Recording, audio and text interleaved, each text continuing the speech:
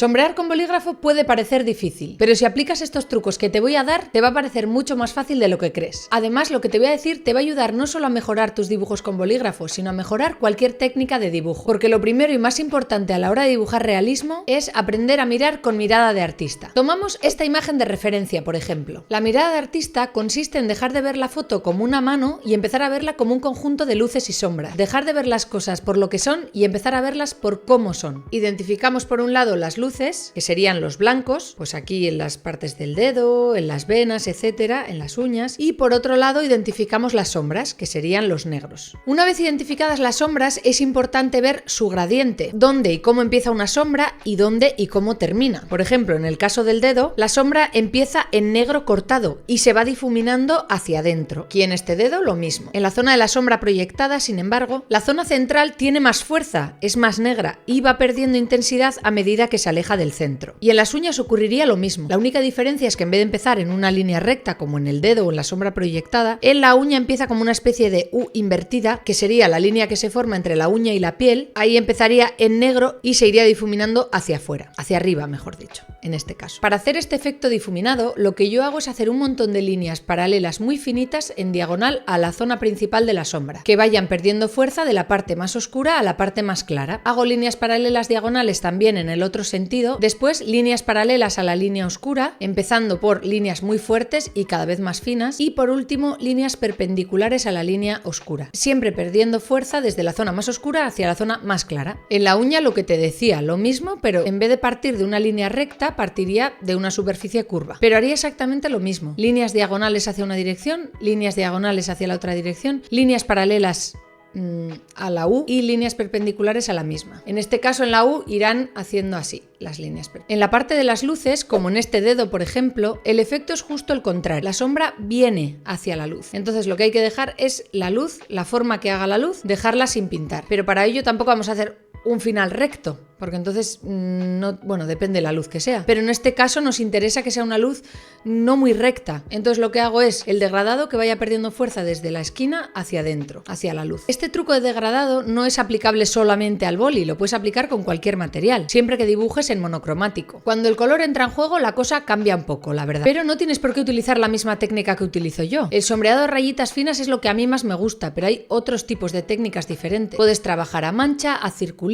o como te dé la gana. Si dibujas en lápiz, por ejemplo, existe una herramienta que se llama difumino, que sirve pues para difuminar, como su propio nombre indica.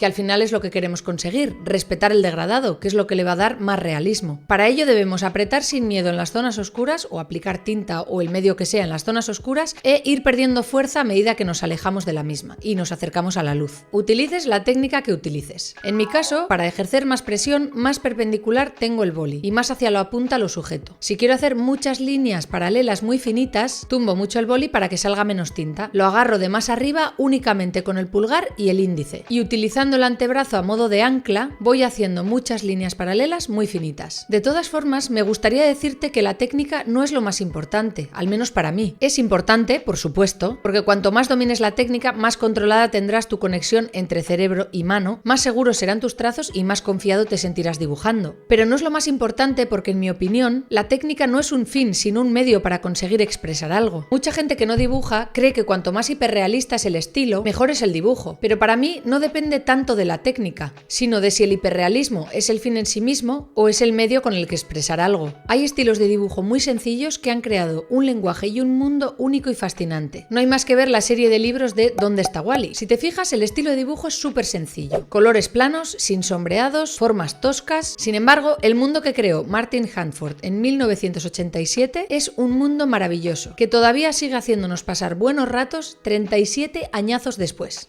Ahí es nada. En mi caso, la manera de sombrear que utilizo es el lenguaje con el que me siento más cómoda. La cantidad justa de realismo y detalle. Podría centrarme más en mejorar mi técnica, entendiendo por técnica acercarme más al hiperrealismo. Para ello podría hacer un sombreado más fino, dibujos más grandes que aumenten la sensación de realismo o incluso materiales complementarios como bolis de gel blanco para la zona de las luces, etc. Pero no me interesa, más bien al contrario. Cada vez me interesa más explorar estilos menos realistas, ver a dónde me va llevando mi propio lenguaje y ver qué tipo de historias quiero contar y qué sensaciones quiero provocar. Pues así es. Creo que dibujar te puede provocar mucha frustración si te pones objetivos poco realistas. Por ejemplo, si eres una persona con poca paciencia, quizás el realismo no sea tu estilo, pero no pasa nada porque hay millones de estilos más con el que puedes encontrar tu manera de contar algo. Y otra cosa que hace la gente que no dibuja, que me hace mucha gracia, es que coge un papel y un lápiz y dice: ay, es que yo no sé dibujar un elefante o lo que sea de memoria. Normal, yo tampoco. La mayoría de artistas necesitamos referencias para dibujar, a no ser que hayas dibujado algo tantas veces que ya forme parte de tu biblioteca mental de imágenes y no necesites tirar de referencia porque lo tienes en la cabeza, o porque sea un mundo inventado que no ha salido de ninguna referencia sino de tu propia imaginación. Pero incluso en ese caso, creo que tendrías que haber repetido el dibujo unas cuantas veces para que te quedes satisfecho con él a la primera. Lo que quiero decir es que nadie hace un retrato realista de memoria a la primera, es imposible. Creo, vamos. Y te aseguro que la cosa cambia mucho si dibujas con referencia o sin ella, sobre todo si empiezas a analizarla bajo la mirada del artista. Empiezas a mirar en profundidad y descubres dónde acaban las sombras y dónde empiezan las luces. Y de repente todo se te hace mucho más fácil, sobre todo si la foto es en blanco y negro. También se puede hacer un dibujo monocromático utilizando una foto de referencia a color, pero sobre todo al principio te puede resultar un poco confuso. Otro asunto ya más complejo son las proporciones. Y esto, amigo mío,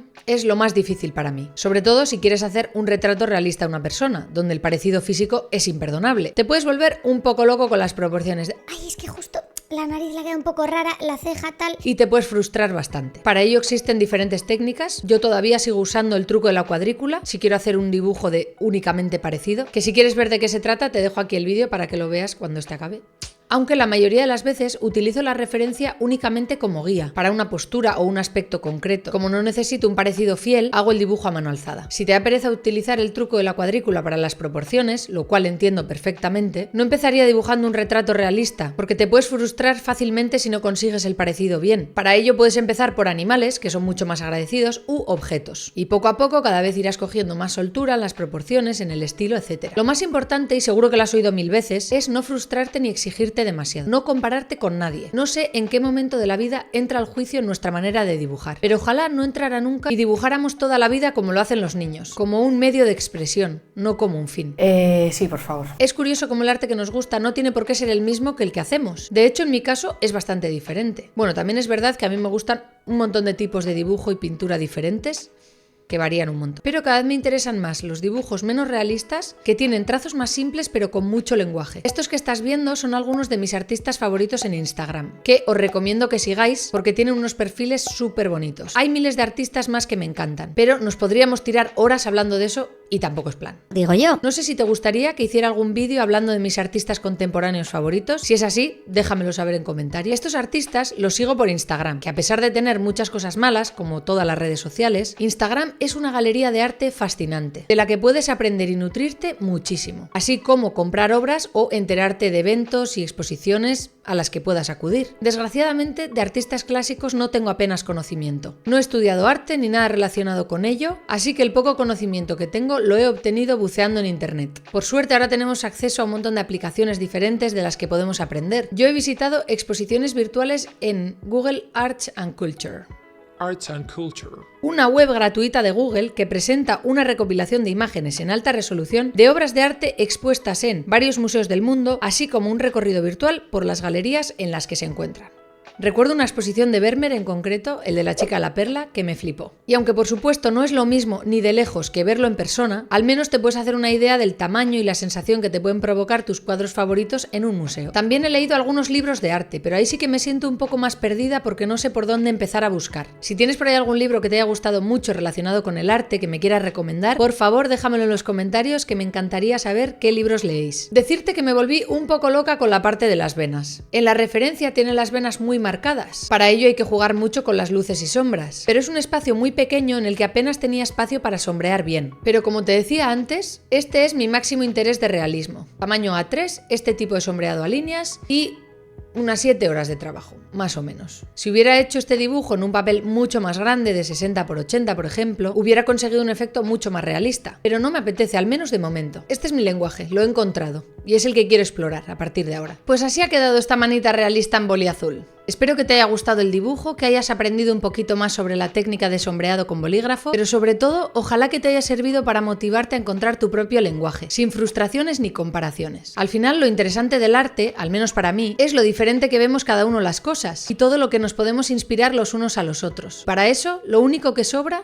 es la frustración.